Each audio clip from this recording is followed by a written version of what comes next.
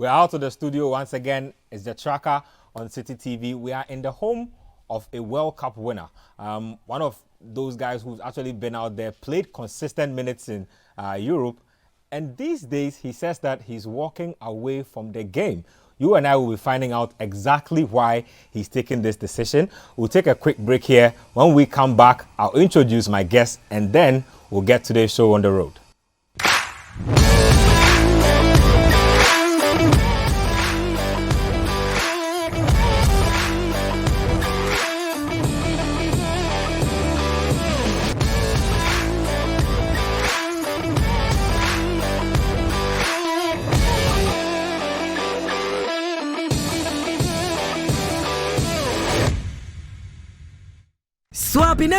Swap in a Philly. Do you want to see your favorite local TV channels in HD quality? Quality that is 5 times better than SD? Breathtaking pictures on your TV? Do you want to catch all the emotions like you are right there? Then hurry, don't leave any detail to chance when watching TV. Upgrade your regular free-to-air decoder now to experience every scene Philly in razor-sharp detail with the HD Plus Swap in a Philly promotion. Enjoy exciting features on the new HD Plus decoder. Watch all your very local channels in HD. Logical channel numbering systems gives you control over the channels you watch. 7-day electronic program guide, 60 days free HD viewing, and there is absolutely no need for a new dish for viewers on the multi-TV network. Even more, you get to enjoy 100 plus free-to-air channels in SD. Charlie, amazing, right? And you only have to top up with just 100 Ghana cedis. Swap in a Philly. Visit any Electroland showroom to access this exciting offer. Swap in a Philly. Terms and conditions apply. Visit hdplus.com.gh for more info. HD Plus, the Philly experience.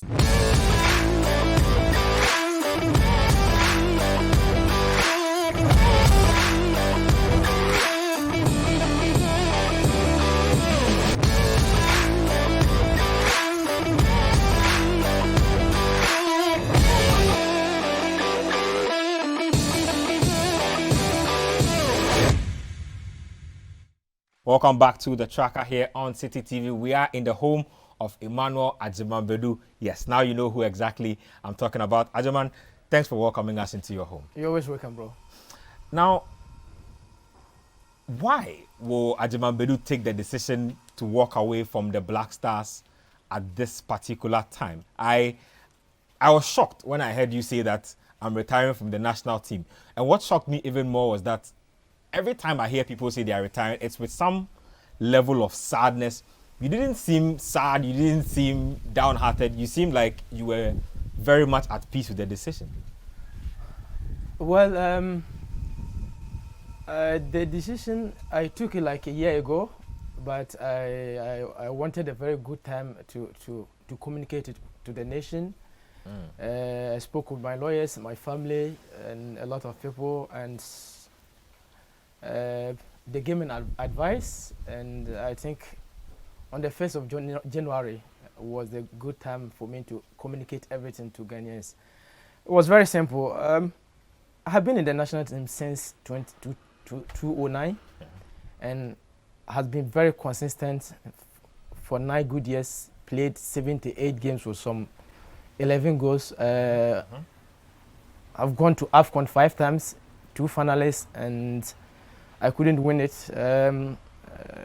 It seems I have done my part. I have nothing to show, and I need to get off and give somebody a chance to try and win something for the nation.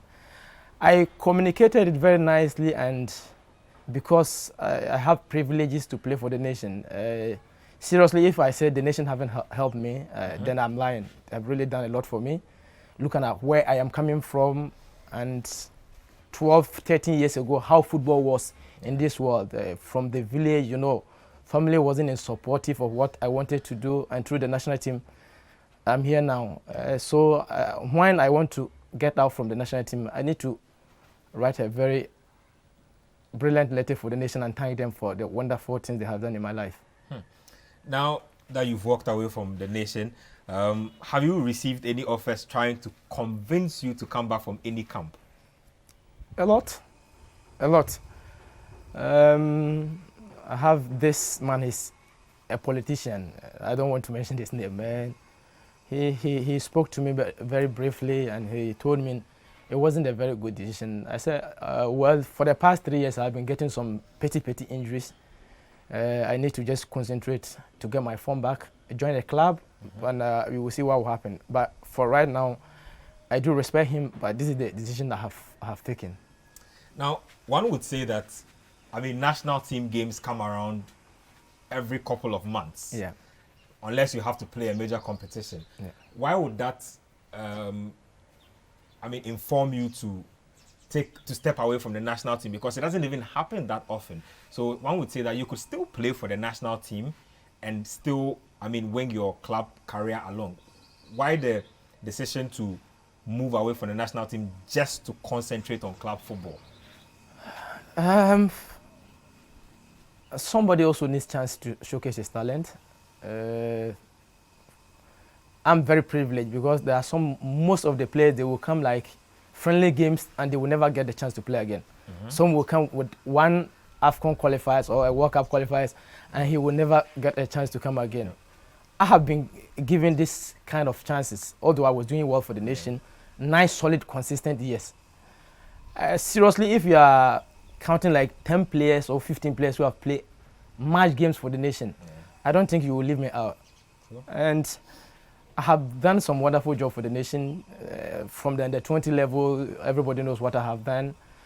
I think it's time for me to give somebody a chance also to showcase his talent. I have gone to war 5 times to win the AFCON, I couldn't. And you need to just get out, somebody goes to the war and see if he can break the 39 years gens there. I definitely respect that. Now, I noticed that when you're speaking, you actually keep track of the goals you've scored, the number of caps you've played. How much of your Black Stars journey or national team journey do you remember in terms of your first time when you were called up to the national team? Do you vividly recollect that? Yeah, we played a CHAN game, the first edition of the CHAN. That was 2009 against Togo. Yeah. They were having these political issues in Togo, so they played here. So after the game, I was in the car going home with my manager, and I had a call from, may he so rest in peace, Opoko Free, our team manager at that time. He said, you need to come back to camp because you are traveling tonight to Kenya for a visa. Okay. I said, TM, what is going on? He said, Blasters has a friendly game against Australia, and ASEAN is not coming because they were having this Champions League game against Manchester United. So the coach said, you are the one to be called. You were already at Udinese at the time? No, we were playing the CHAN qualifiers. Oh, okay, so you played for Kotoko at the time? Yeah. Wow. So, at that time I was playing for the under 20, the qualifiers, and that was the first time I got a chance to the main Blasters. Then I was a bit, surprised, and I smiled. So my manager asked me where from the call. I said, Opoko Free said you should go back, and I'm traveling this night with Lastete to Kenya for a visa to Australia. Then just like a second, I get a call from Alex Asante. Okay. So it was confirmed. And I met Lastete at the airport. We traveled to Kenya, got the visa, and went to Australia. That was what I can recall. What were your emotions like? Were you nervous, overexcited? Did you call your parents? What was that like for you? Well, when the call came, Opoko Free, I have this kind of very excellent relationship with him because when he needs me to play for Kotoko, we have a very good, lengthy conversation about the club and how things work there. So when you call me, he said, Nanajimai, he's speaking, Nanajimai, Brawachiwa and I are from national team, Blaster. So I was, I was a bit, he said, no, but Etienne and Sule is not coming, and the coach said he needs you. And that was the last game Claude Leroy played here and he left. That was the CHAN against Togo here. So I think he recommended me to the management so that I should go and play. So from then when I was going to the airport, I called my mom. She was very happy. Obviously, you know how mommies it works. She prayed on the phone for me, and I was very emotional. I wasn't too sure. When I got to the airport, that is where I knew it's a reality. Because I was in the car, I thought, okay, something can change. They will say, oh, maybe ACM will be coming. You may never know. Yeah. So when we got to the airport, we did the check-in. That's why I knew, oh, Charlie, this is the time for me to showcase the other side of my talent to the nation, because Black Stars is everybody's dream to be there. Now, I'll pick bits and pieces of the Black Stars in your time there, but first and foremost, I mean, having played 78 caps, what is the biggest lesson you've learned about playing for the national team, especially if you could give it to those that are coming up and those that are yet to wear the national shirt? A lot of privileges, a lot. Through the national team, you can get contracts. Through the national team, you can meet a lot of dignitaries. You can have contract extension in your club, payments, a lot of things, sponsors. So it's a very good thing to play always for the nation. And as you can see, everybody wants to be there because you have a lot of privileges from playing for the national team. Let me take you to AFCON 2015, the final against Cote d'Ivoire. I thought that game was wrapped up, especially when the penalty shootout started and we were at least 2 penalties ahead. How was that like for you guys as a group? First and foremost, before you entered the game playing Cote d'Ivoire, we know what it is like between Ghana and Cote d'Ivoire, bitter rivals, there's a lot of tension. What was it like going into the game? And then when you guys realized that the game was going to penalty shootout, what were the emotions like? Well, before the game, you know, we do our normal prayers as usual, everybody knows, and we had a very brief meeting because we needed rest before that crucial game. And we said, guys, you know, 34 years, 35 years, this is the time we have reached finals, and we need to do everything possible to go home with the cup. We know we are going to play with a very excellent team, quality and everything. It's like a derby for us, as everybody knows. But we are ready, we are well experienced, and just go and have a good sleep and wake up early so that we can have our breakfast and just focus on the game. We went to the game with a lot of confidence. As everybody could see the game, we were ahead of everything, got a lot of chances. We couldn't bury some. We had a very excellent game, and it came to the penalty kicks. And when it comes to penalty kicks, it's everybody's game. Fortunately for us, we were leading them two goals. And so now I have remembered it like 2 million times, and I can't understand myself. Yeah. And I can't recall if it have happened in football, because leading somebody to penalties and still losing, going on to lose the penalty shootout. I can't recall myself if it happened in modern football, or maybe in the olden days. I haven't, but you know, this kind of penalty case, it comes with its ups and downs. Unlucky, you know, bad day. I was there with this player. Was it Koro Ture or somebody like that? So when they missed the 2, he said, Agyeman, we will still win. I was shocked. I said, how? At least we are having this expert in penalty kicks, because Afriya was very good at the training grounds, and Frank Achampo was excellent at the training grounds. That's why they have this kind of confidence to be in the first 5. Yeah. Because you know, Avram is an experienced player. Asamoah was there, Dede was there. If they were not good penalty kickers, I don't think even we will allow them to play.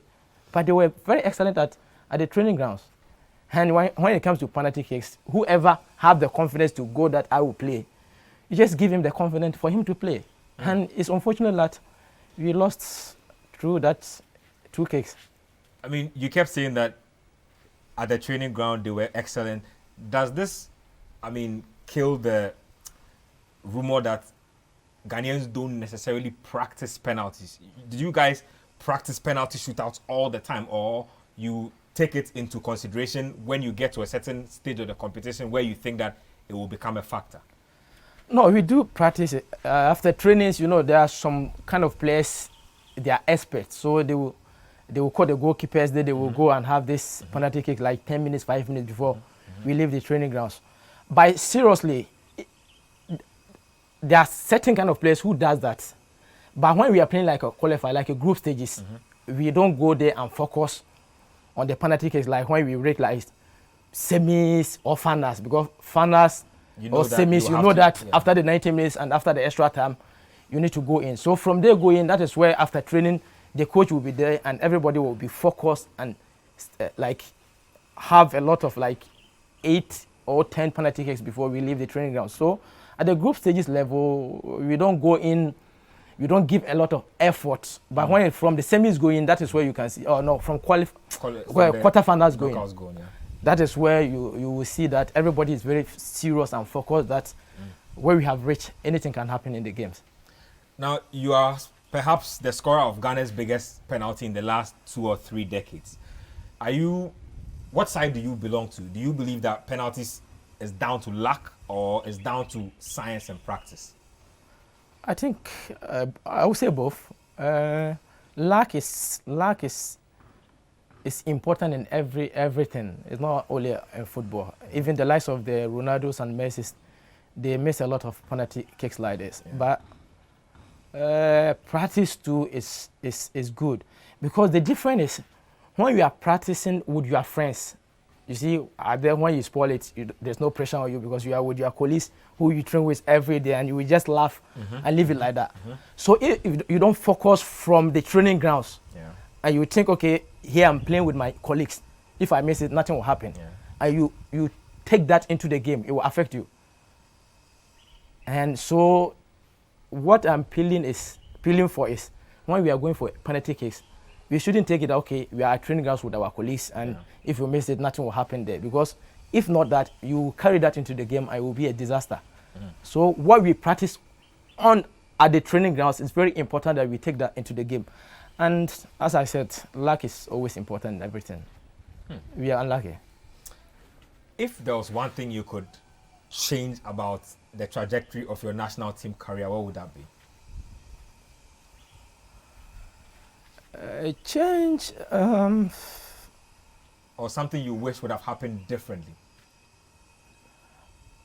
What happened at 2014, the World Cup? Okay. When we came back, it was a big disaster. Everywhere was on fire. In the whole world, everybody was talking about Ghana, and we had a bad name that all what we are after a bunch of money grabbers. Money grabbers, and I wish it didn't happen, but we have learned from it, and now you could see the national team, everything is on course now. I mean, with that particular moment came a leadership issue, because the players consistently have said in interviews that I have done and I have watched that communication was poor and that you were not getting correspondence the way you expect. You were not getting respect the way you expect. Do you think that years down the line, communication in the national team has improved? Respect from administrators to you, the players, have improved over time? Yeah, I think so. You see, in football, I don't know if only this thing is in football. Human relationship and communication is very important. The way you relate to people and the way you communicate to them. Like how you said, the communication was very poor, very, very. There was a lot of, I won't say disrespect, but a lot of things we didn't agree with the management or the top men. A delay of a lot of things, promises not happening. This is, sorry to say, a big man who have seen everything in football. So if you are communicating to them, it needs to be clear, so that everybody will understand what is really going on. But sorry to say, if you come today, you will say this. It's like even a child. If you promise a child that you'll give him a biscuit, today he comes, you say, oh, I have sent somebody. He will be coming tomorrow. Tomorrow the child comes, you say, oh, the guy is in the car coming, wait. After 2 hours, the guy is not there. In fact, he will get furious. And if he gets furious, that is where it escalates and things start getting messy. So, human relationship and communication. But after 2014, I think things have changed. At that time, some years back, they were paying the bonuses, after the game in cash. But now it's through bank, and I haven't heard any hula baloos from the camp. So it means things are in the right direction now. Now, finally, on the Black Stars, before we move on, I know footballers don't like to single out people for praise, but if you look at the younger generation of players coming now, who excites you the most and why? I think I will go for Kudus. He's a very wonderful chap. I have watched his games at Ajax, and very intelligent player. He have eye on the ball, very confident. Unfortunately, this kind of injuries is worrying him and is slowing him down. I don't want to talk about Partey. He has been with us, and everybody knows his potential. Unfortunately, he's also getting this kind of petty injuries. And I think they are doing well. Kudus can be one of the best players like the Abedi Peles. If he's out of all this kind of petty injuries, he's a wonderful chap. Let's talk about the under-20 team. In recent memory, in fact, since I was born, that is the only proper trophy I have properly celebrated, watched, and related to.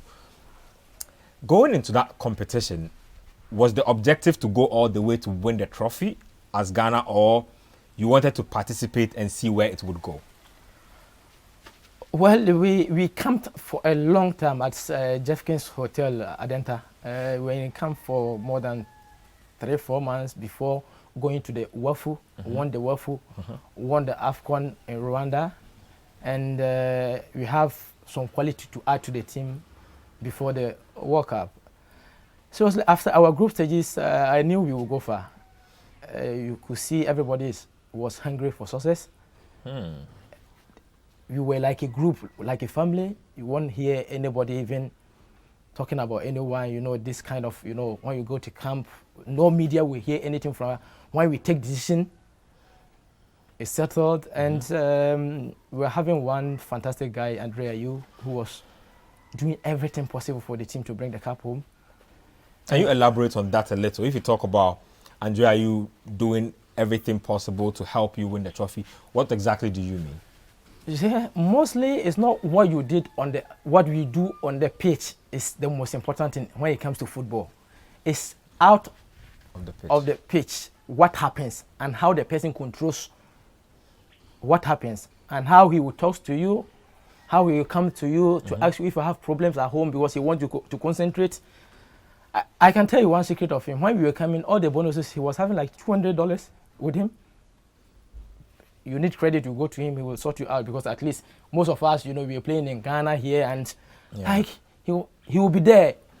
If he goes to the restaurant and the food is not nice, he will attack the management. And he was very wonderful. He always stood up for the group. Always stood up for the group. And we were having like me, Andrel, you know, Adia, Ransford saying, Samuel Linkum. When we take decision, it will be very, very difficult for you to change our mind. And you know, we take it in favor of the others. That is why at times, you see, let me tell you this emphatically. I am Ahmad. I think we the players, some part we didn't help Sule. Okay. Yeah, I'm Ahmad. I can't take myself out. What do you mean by that? Most of the times he stood for the team. But when we come, we don't talk. Then the bashing goes on him then because everybody may be thinking about himself. I don't know. But people want to keep their place in the national team, the politics and all of that. I'm sorry, but I'm Ahmad. I can't you can't exclude yourself. Yes, I need to be very real. And at times it really pains me. So Andre was there. We take decisions, you know. So after the group stages, I knew we can go far. Looking at how the team is playing, we are not doing individual play. We are doing like a group who wants to win something for the nation. Now it's Brazil. They get a red card early in the game, and no, we get a red card early in the game, and at that point, I think the game is over because it's Brazil. I'm like, we need to pray and hope that a miracle happens so we can win this game. But you go all the way, manage the game, take the game to penalties, and then you step up to play what like I'm saying again, is literally the biggest penalty in the last 3 decades. At that point, I mean, did you elect to play last? Was that the coach's decision? What were your emotions like approaching that penalty because it was such a big moment? So I wasn't among the first 5 because Slastete have told me that when you come to the penalty case, I shouldn't get closer. Why? Because I wasn't good. You weren't good at penalties? No, they know me as like a good shooter. But when it comes to penalty case, he said, please, after our match meeting, you know, obviously it was a funner, so it may go to penalty case. He said, Agyeman, I know how you are. When you take decisions here, you don't want anybody to talk. Yeah. So please, the first 5, you're not amount. If in case it goes beyond and you want to take it, I don't have any problem. So I was just there praying for my guys to win. And 27th minute, you had the red card. We stood on our stands like a group. We played very well till 90th minute. Another 30 minutes, we went 0-0 and we come to the penalty kick. So, I stay in my lane. Was praying for the guy. So, we couldn't. It went, I think it left 3 players of us, plus the goalkeeper. David Ade, Opoku Agyeman, myself, and maybe the goalkeeper, Daniel Ajay. Yeah. So, I asked David if he would take it. He said no. Then I asked Opoku Agyeman. He also said no. But the goalkeeper was very far from where we are. So I have this 20 seconds thinking. I said, hey, these people are playing in Europe. David was around this.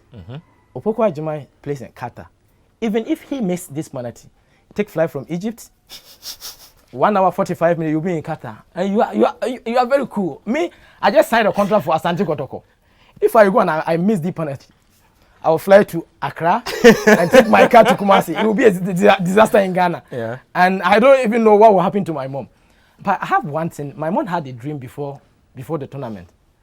And she told me, she saw it that I have scored some goal and my name was everywhere and everybody was talking about me. So our game against Uzbekistan, I hit some shot from the center and I hit the crossbar. So after the game, I pick a phone. I say, hey, also for my no. It couldn't come in. He said, no, I had the dream again. So obviously it will come. I should keep going. So within like 30 seconds, I have this. My mom's dream. Hey, these people said they are not playing. If I spoil the penalty, then I said, no, I think this is the time for my mom's dream to just come in. So I gathered that courage and I went for the ball. And thankfully, to God, the goalkeeper made it so easy for me. That penalty was well beyond your years because that was such a composed penalty. But we'll just take a quick break here on the tracker. When we come back, we'll round off the under-20 conversation and then we'll delve into Agyeman Badu's club career. We'll find out about where he's come from to actually arrive at this stage. Stay with us here on the tracker. We'll be right back.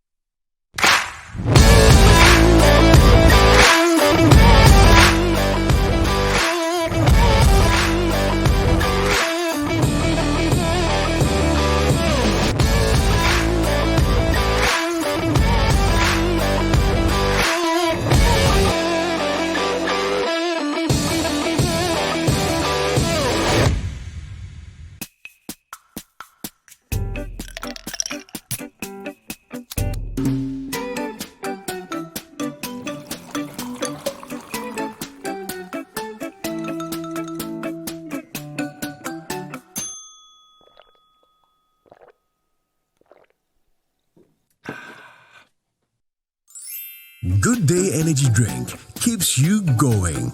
Available in major supermarkets and shops near you. Excessive drinking can be detrimental to your health. Not recommended for persons under 18 years, lactating mothers, pregnant women, and people sensitive to caffeine.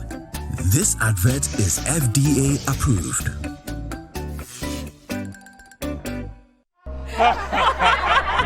Hey, Papa, no. Hey, why is your friend at all? I was at the bar with my friend Ato. We are betting the game and tensions were high. And Ato said, Charlie, we could lose. So then I said, same day. I won 15,000. Then Ato said, wait, we bet the same amount. How come I only got 9,000? Now I asked, yo, you didn't bet to Bet Planet? Wait. He didn't bet to Bet Planet? I didn't bet to Bet Planet. Then the bartender said, Ato, you suck, oh. Sharp, I go take all my money. Then Ato said, all your money? That was quick, oh. He's betting people say, come for yours tomorrow. We went the next day and they said, come for the rest tomorrow. For the best odds, biggest wins, and fastest payouts, choose Bet Planet. So Ato, where you dey? I still take you inside. This advert has been vetted and approved by the Gaming Commission of Ghana. Bet responsibly, not for persons below the age of...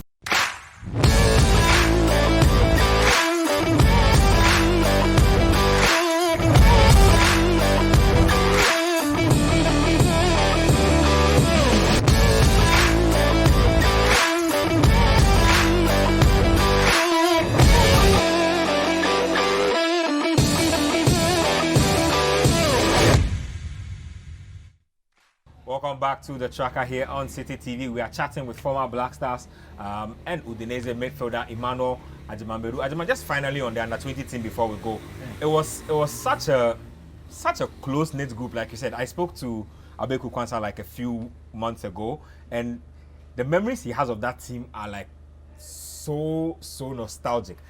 Do you people stay in contact as a group? Do you have like a platform where you people keep in touch all the time? Yeah, I think we had one. That is where we always contact ourselves, and individually I have a lot of them, their numbers, where we contact each other. We speak about this and the 20 memories and what happened. So I've been in contact for a lot of people, not all of them though, but there are a lot of them for like 3-4 years. I have not heard from them, but most part of the group, I have a very good contact with them. Let's talk now about your club career, and let's again start from the tail end. You, in the last 2 years or so, you didn't play as much football as you'd have wanted to play. You had that issue with the blood clots. Tell me about that. How did it happen? How did you go through that sequence? Because that can be a very difficult spell as a professional. So when I signed for Hellas Verona, we were in pre-season. When the pre-season it was our last game before the league starts against Spa. So after the friendly game, I went home and I was feeling some pain at my back. So I thought, okay, after the game maybe I have a knock or something like that. So it was number. So in the morning I went to the training grounds and I complained to the doctor. And he gave me some painkillers. I took the painkiller, I was very okay, and I trained. I went home in the night, I was feeling the pain again. Now it was a bit severe. So I slept, wake up, training again, and I complained again. Then I said, okay, then after training, let's go and have an X-ray or MRI. I went and had that. Nothing. So he said, okay, maybe a deep hit or something like that. So I went back home. In the night, I was feeling very, very, very, very severe pain. Like when I breathe, I can't breathe very well. So fortunately for me, around like 1 a.m., I called the doctor and he was awake. So I complained to him and he said he's a bit far from me, but one of our physios are like 15 minutes from me. So he's calling him. He called the physio and just like 20 minutes the physio was there. When he saw me, he said, no, we need to go to the hospital. And we went to the hospital, they checked everything, and they can't see anything. Wow. So I was there for like some 2 hours and I went back home because they gave me some painkillers and I was a bit okay. So in the morning, I went and trained again. So when I was training, then the coach, he said, no, this is not the Agyeman I know. You couldn't really run properly. Yeah, I couldn't run properly, I'm having the fatigue. Yeah, so he said, what is wrong? I said, no, I'm struggling with fatigue and stuff like that. Then he said I should go out. So I go out and I went to the gym to do some bicycle. After I took my shower and I went home. In the night, it was very, very dangerous as well. So in the morning, the doctor said, no, let's go to an improved hospital. So we went to one of the hospitals and they said they need to do one check. It's a test, it's called TAC. It goes deep into your lungs to see what is going on there. So when I did the TAC, then they saw there was some blood, little blood in my lungs there. I think I had a deep hit where the blood wasn't flowing very well. And it took me like 5 days and I was training with it, so it wasn't flowing. So it made like a clot there and it was a bit dangerous. But I wasn't feeling anything. They checked my heart, everything was okay. He said, okay, I need to stay at the hospital for like 4 days for them to do thorough checkup to see if there's another problem anywhere. I did everything and I was fine. So they gave me this painkiller I need to take so that it would dissolve the blood clots there. And I need to stay out of football for 3 months. So from middle of August to early December, I was out, nothing. I just take the pill and I just rest. And after 10th of December, I went for another check and everything was dissolved. And I started training with the team. So that really happened. And if I remember correctly, that coincided with the lockdown period. Yeah. That must have been daunting because, well, the country is in the lockdown. Yeah. I'm not sure the Ghana lockdown was very serious compared to the Italy one. The streets were literally empty when I saw footage on TV. I mean, how is that like, where you can't really go out to enjoy fresh air or recreation? You need to stay indoors. You can't pursue your passion as an individual. How do you deal with that? Seriously, 2019 and 2020 is one of the years I will never forget. Very difficult year for me. After the problem I had, and I started training, I said, oh, at long last, I'm back to the field, and the lockdown from January to April. Yeah. Like 3-4 months lockdown. I was home. Were you alone? I was alone. Wow. You cook your own food? I cook everything, you know. If it's nice or not nice, you don't have any option. You just need to eat it. And it was very difficult, but mentally I'm a very strong person. I took it to the extent that it's not only me who is in this situation. It's a lockdown, the whole world. So I just need to just stay focused and all shall pass. But the worst thing was, you know, you can't train. I just came from 4 months or 3 months recess. I started training like a week and lockdown. So what am I going to do at home? And so our one of our coaches will send you the training programs. You know, you just have a bicycle at home. You know, just do some push-ups, and it was a very, very hectic time, and it was a disaster. That's 2019, 2020 for me. I'm sure you are glad to see it end. Talk to me about Udinese, right? Mohamed Gago, Asamoah Gyan, Sule Muntari, Kojo Asamoah. What is it about Udinese that has made it such, or that made it such a good place for Ghanaian players to go, especially yourself? You stayed there for how many? 8 years? 9. 9 years. Yeah. Seriously, it's a blessing club for Ghanaian players. And anytime we need to give the credit to Mohamed Gago. If he went there, he didn't do well, I think he had blocked everybody's chance. He did excellently well. He was the captain of the team. From there, Stephen Appiah came, wonderful. Sule passed there, excellent.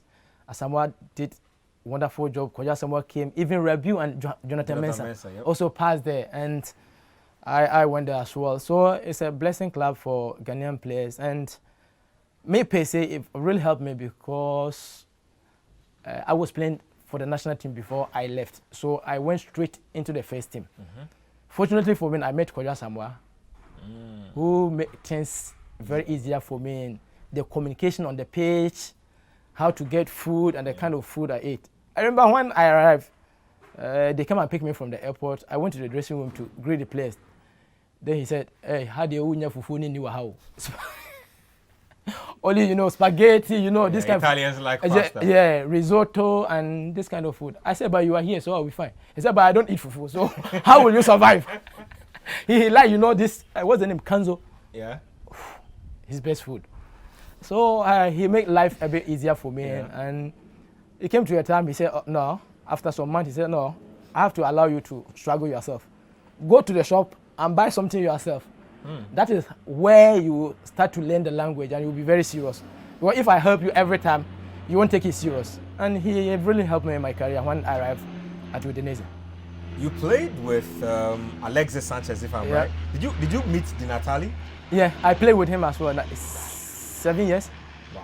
Yeah. I mean, talk to me about, first of all, Alexis, right? These days, he's not the force he used to be back then.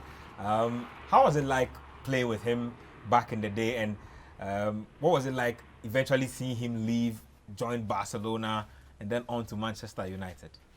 He's a wonderful player, quick, 1v1, he will take you on, very intelligent guy, and he works very hard. You will go to training and he will be at gym.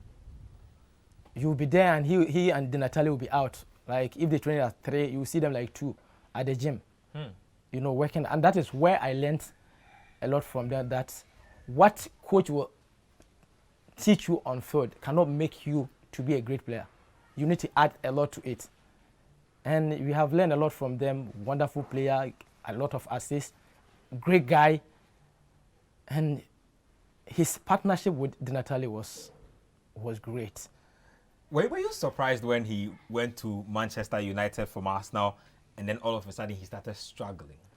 You see, I think a bit of the struggle starts from Barcelona. Obviously, when you go there, you have God there.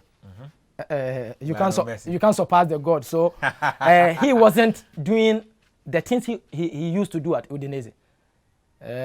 So you mean like at Udinese, the team was sort of built around him? Around him. You know, when you go to great clubs like Barcelona, even Real Madrid, when Ronaldo was there, everything is built a bit on this kind of quality players. And, you know, it's very difficult for you. When you get the ball, you need to just pass the ball very quick. And, you know, at Udinese, himself get the ball 1v1, he will go, give assists, take control of everything. So it started from a bit from Barcelona, although he did his best. After he went to Arsenal, excellent. Excelled at Arsenal. From there, he started getting some petty injuries. And, you know, when injuries come in, it slows your pace and everything. And I think the injuries really pull him a bit back. Let's move down to Ghana. Let's talk about being here. When did Agyeman Badu start playing football? How did you even get somebody to see that this guy is good enough to go professional? Because that can be almost the thin line between success and failure for footballers. There are guys who I've met who have said that this guy was better than me back in the day, but he never made it. So I'm from Sekwa, in the Brongahafo region, the Tyne district there, and you people have a football factory in Brongahafo because there are so many of you from there. I really have lost count. Yeah, I mean Dramani, even the old player, our former coach, even our former coach Kwesiapia, a lot of players. So, you know, at that time, I'm talking about some 18, 17 years ago, where you are from the village, it's always difficult for people to see you. It's not like we are in a digital world. Somebody can take video, put it on YouTube, and the whole world, everybody will see you. So we are having this, you know, gata games like this. And one teacher, he was a teacher, he was from Brekum, but he was teaching at Sekwa. He saw me and he called my manager in Brekum. Manager back then? Yeah. Like when you were playing gata to gata, you already had someone? No, he called my manager right now. He's called Ibrahim Dramani Alpha. He was having a team in Brekum. Oh, okay. But they were friends. So he called him that, hey, I've seen some small boy in Sekwa. He's a very good footballer. If you can come and talk to the family so that you take him to Brekum for him to join your club. So my manager Alpha, he came first attempt with my mom. My mom said no. How old were you then? 15, 16. Mom didn't think that you should be playing football? I understand her, where I'm coming from. And that time, he said, hey, you need to go to school because she has built this with her children. You know, school, you know, training college, summer university, you know, with her small way in the village, at least, have done her best. And he said, football, that bank crown will be doing quite stay here and just focus. You are good in school. Just do this. My manager left. And, you know, in the village, people were telling me, no, you are a very good footballer. You need to move. You know, you need to do this. I wasn't getting that chance. You know, we are having these guys, some 3 guys, they were from our village. They were playing. One was playing against Kwaibi Brame at that time. And this stay cool, you know, that kind of team at that time. So when they come to our village, when I see them, you're excited. I'm so excited. I go to them, you know, watch their booth, you know, want to sit with them and see them, how they made it, you know, to that place. So I was having this kind. Then my manager came second time. He spoke to my mom lengthily and, you know, he was able to convince her. And my mom said, okay, he should give her a bit of time to think about it. Then he came 3rd time, and my mom said, okay, he called me, do you want to go? I said, yes. But it was like 15 minutes drive from Brekum. Yeah. So I left to Brekum, joined Berlin FC. It's now the team at Techman. What's the name of the team at Techman? 11 Wonders. 11 Wonders. My manager sold the team to the chief. So it was Berlin FC, and he was living in Accra. So I was living in his house. You know, he would provide me everything, and I was playing a second division Sekwa. So his team was third division. So they insulted me a bit that, well, look, you are playing the third division after third all division now. Yeah. From the second division, you have going to play for third division. But I didn't look at it that way. I looked at the person who is going to manage me, because he was a manager of John Pencil, and he was a manager of Samuel Chere, a place in Egypt, and he have I think 2 times call up with the national team. Yeah. So I look at that side, not the third division I was going to play. Looking at the long-term picture. Long-term picture. So I came. Fortunately, I qualified the team to second division, and Brekum Chelsea was at that time called America. So when we meet, it's like a rivalry. Yeah, rivalry games. And some games, my first local debut against them, I scored hat-trick. That is where Pakwasi Fabian. Oh, you were a striker at the time? No, I was playing behind the striker. So like an attacking midfielder. Yeah, I operate from the left side of attack, and that's where Pakwasi Fabian saw me, and he spoke to Yakubu Moro. He said, "I need this guy at Brekum Arsenal." Yeah, and that is where it all started. Wow, amazing stuff. I mean, I'm not sure I have all the time to delve into the details. Let's talk about Asante Kotoko now. You play for them, even though it was a brief spell. I know you have a very strong attachment to them. They've been knocked out of Africa in recent times. It's been quite a struggle. I mean, the last time they were in the group stage, I think, was with CK Akono, but that's one of the very few bright spots in their Africa journey. From where you sit, if you had to whisper advice to the Kotoko board, the CEO, what should they do to make their Africa campaign better? Or how do they go from performing poorly to becoming a team that is worth emulating in Africa? The first thing is to get our pitch. And have. Wait, do you mean training pitch or your own stadium? No, our own stadium. And even pitches to revive the under-20. That is, you have to be the first option. Seriously speaking, the team we have right now cannot excel in Africa. We have the quality to play in the Ghana Premier League, but we don't have the quality to go to Africa to enter money stage or to win the CAF. So what we need to do is to revive the under-20, the junior level, have our own stadium, even 20,000 seater. I might say, if right now the management come out, we want to have our own stadium, Utumfo have given the go ahead for them. Go ahead, a land. Supporters, what can you do? I know most of the supporters will bring like 1 CD, some will bring like 100 bags of cement, some will bring like this thing, and we can build a stadium very easy. That is have to be the first option. We have our own stadium, revive the under-20, and we need to compete with other clubs in Ghana to have good players as well. If Asante Kotoko can buy a player from Dreams FC or Mediama, where are you going to get the player from? From ASEC? From Zamalek? But you want to compete in Africa. You need this kind of experienced players who have tasted this kind of games. Then you blend them with the young chaps you have here. Then they will be gaining experience from them. Then from there going, you pick some of the players to the under-20, bring them, then let them train with the senior team and give them loan to go and have the experience, like how Real Madrid and the other clubs do. Look at Baba Rahman and others. They give them loan. When they mature, they will bring them back. Hossein Odoi, or all these kind of players. They have done that to them. In Ghana here, the club is like Real Madrid, and we need to do that. So we need to revive the under-20, have our stadium, and buy players. If we are in Ghana and we can't buy Eso,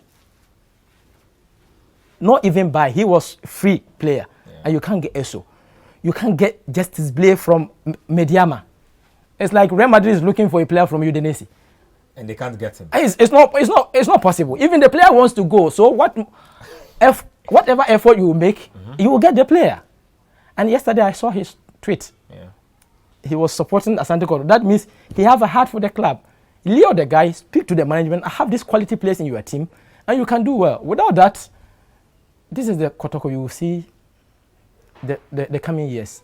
I mean, now you haven't left to go play more club football elsewhere. So if Asante Kotoko called you up and said, Agyeman, we want to give you a role at the club to play for us, what role would you possibly be suited to playing? That's if you even want to accept that role at all. I can get players for them. I can scout players for them, but it's too early for that. Like how we said, I'm still talking to clubs in Europe. Very soon I will join a club.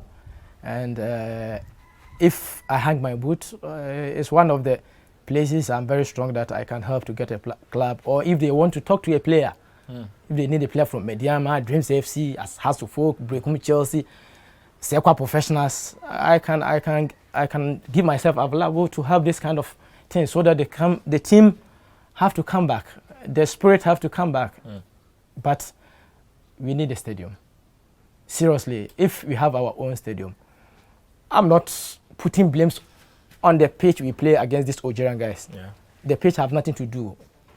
The team wasn't ready for Africa. But for what I have seen on the pitch, because I was at the stadium, and what I have seen on TV there, if we have our own stadium in Kumasi somewhere, we have beaten the Algerians.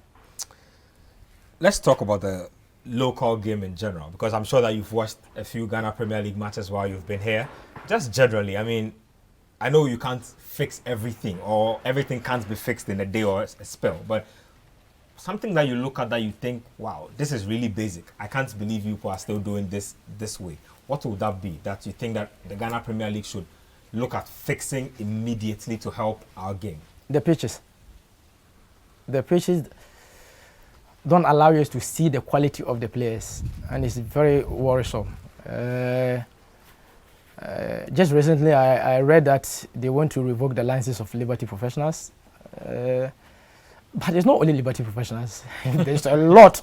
If they will start revoking the licenses, then they will stop the league. Seriously. Because 6 clubs are troubling Accra Sports Stadium. Every three days, there's a game there. Even all the first division games, most of the games are played there. And next month, you have Blastad come here and play a game as well here. So we need to revive the pitches and see the quality of the players. Because at times, if you watch the games, if you are not smart and know much about football, you will not see none. But if you know much about football, you see there's a lot of quality in the Premiership. And this year, the league has been very exciting. I have to credit the referees a bit. They are doing a wonderful job. Some are doing a wonderful job because we all know that a lot of home grounds, you will go there and you can't get a point and come. But this year, These people are winning away matches. Yep. And I don't know if because of the COVID, the supporters are not on the pitch. It could be because, okay, the supporters who are a bit troublesome or worrisome. I mean, let's be honest, there's intimidation at a lot of home games. Some teams will really intimidate you when you come to their home. Exactly. So maybe the COVID is really helping the referees, or they have really changed and doing everything possible for the league to go on. But what they have done this year and how the league is going, the likes of Olympics, Carrera is doing a wonderful job. Yeah. But Kotoko still have the chance to come back and surprise in the league. Although we have a lot of things to work on the team, you know. But we have a good team, and the league is really very exciting this year. Well, let's round it up quickly with a few generic questions. Who would you say is the greatest Ghanaian player of all time? From the 1950s or I mean, when? I don't even want you to take it that far. Let's limit it to those you have watched, those you have played with, and those who are, I mean, doing their thing right now. In the national team? Yeah. Only Black Stars? Yeah, Black Stars. At the Black Stars level. Greatest Ghanaian level. Black Stars player of all time. Well, I will go for Asamoah because he is the leading goal scorer. And yeah, I'll go for him. Greatest Ghana Premier League player you've watched? Right now? No, from your time in the league throughout your time in Europe, even now, if you could combine all that? Eric Bequin, Why? a goal poacher, excellent player. This kind of confidence, you know, and he speaks with confidence. I like people like that. That means he knows his job. Yeah, but I think right now Kotoko have this left back, Mori Ibrahim. Oh, what a wonderful player. Sensational guy. Yeah. Sensational guy. Finally, I mean, you are away from football for now. Yeah. You'll probably be moving on soon, but when Agyeman Badu is not playing football, what occupies your time? I read a lot. I love to do research. Yeah, about everything, not specific on only football. I was trying to go into agriculture a bit, so I do a lot of research about it, and I think it's very lucrative work as well. I will see the other side of it later. But I love reading and do a lot of research at home. Well, you have opened up your brain for us, so we are definitely sure that you do a lot of reading. We are glad that you just educated us throughout your journey. Hopefully, some other time the tracker will come back here and then we can catch up more. Thank you for having me, bro. Well, you heard Agyeman Badu. They're taking us through time with the national team, time with the under-20, time in Europe with Udinese, and also time in Ghana here in the Ghana Premier League and whatnot. Same time next week, the tracker will be back on your screens.